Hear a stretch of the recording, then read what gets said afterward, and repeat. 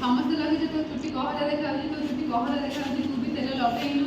ସିଏ ଟିକେ ଲଗେଇଛି ବୋଧେ, ସିଏ ଲଗେଇଛି, ଇଏ ଲଗେଇଛି। ଆଚ୍ଛା, ନଖ ସମସ୍ତେ କାଟିଛ ନା? ଦେଖେ ନଖ କାଟି ଦେଇଛ? ଦେଖେ ୟାର ଟିକେ ଟିକେ ପଡୁଛି, ଦେଖେ ଏ ତୋର କଣ ବାଘ ନଖ ଭଳିଆ ହେଇଛି ନଖ ଗୁଡା। ତୁ ନଖ କାଟିନୁ?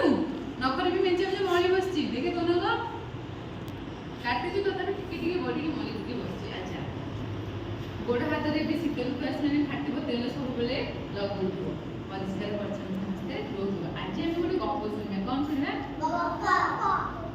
ଗପ।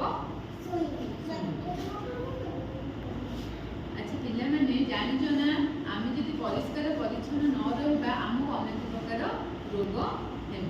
ହେଲା, ତମ ଭଳି ଗୋଟେ ଛୋଟ ପିଲାଟିଏ ଥିଲା। ହେଲା, ତା ନାଁ ହେଉଛି କ'ଣ? କ୍ରିଷ୍ଣା। କ'ଣ? କ୍ରିଷ୍ଣା। କ୍ରିଷ୍ଣା କିଏ ଅଛି କି?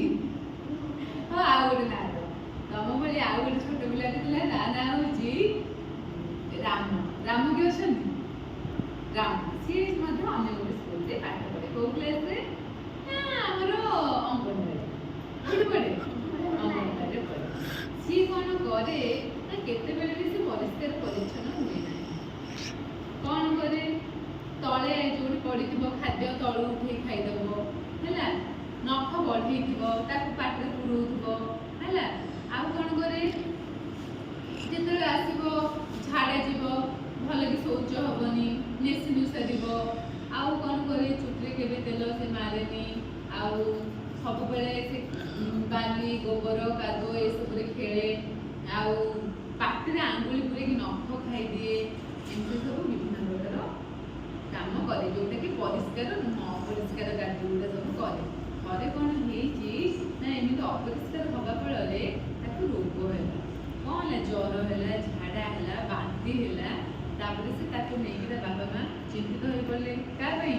ରାମ ପାଇଁ। ସେ ଗଲେ ତାକୁ ଡାକ୍ତରଖାନା ନେଇକି। ଡାକ୍ତର ପରୀକ୍ଷା କଲେ, ଜାଣିଲେ କ'ଣ? ଏଇ ଯେଉଁ ନଖ ଯେଉଁ ବଢ଼େଇକି ସେ ଯେଉଁ ନଖକୁ ଖାଇଥିଲା, ସେ କ'ଣ ହେଇଛି? ପେଟ ଭିତରେ କୃମି ହେଇଯାଇଛି। କୃମି ହେଇଛି ବୋଲି ତାକୁ ଭୋକ ଲାଗୁନି, ପେଟ ମୋଡ଼ି ଦେଉଛି, ସେ ଝଡ଼ିଗଲା। ଆଉ କ'ଣ କ'ଣ ହେଇଥିଲା ତାକୁ?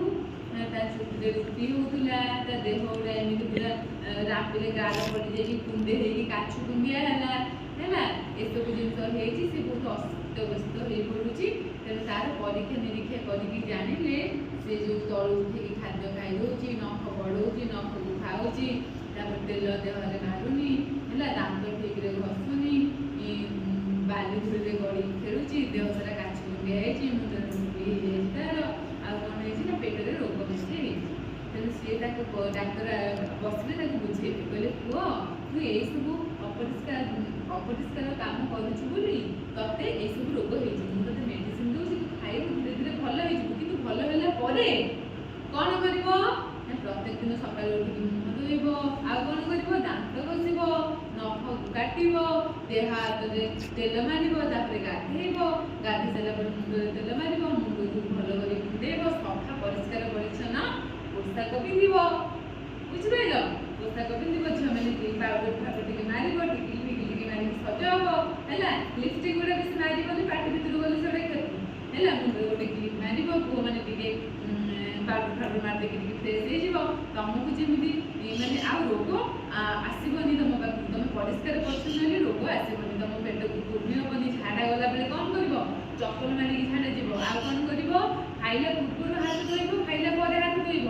ଆଉ ଝାଡ଼ା ଯିବା ପରେ ସାବୁନରେ ହାତ ଧୋଇବ। ବୁଝିପାରିଲେ ନା ସମସ୍ତେ? ସାବୁନରେ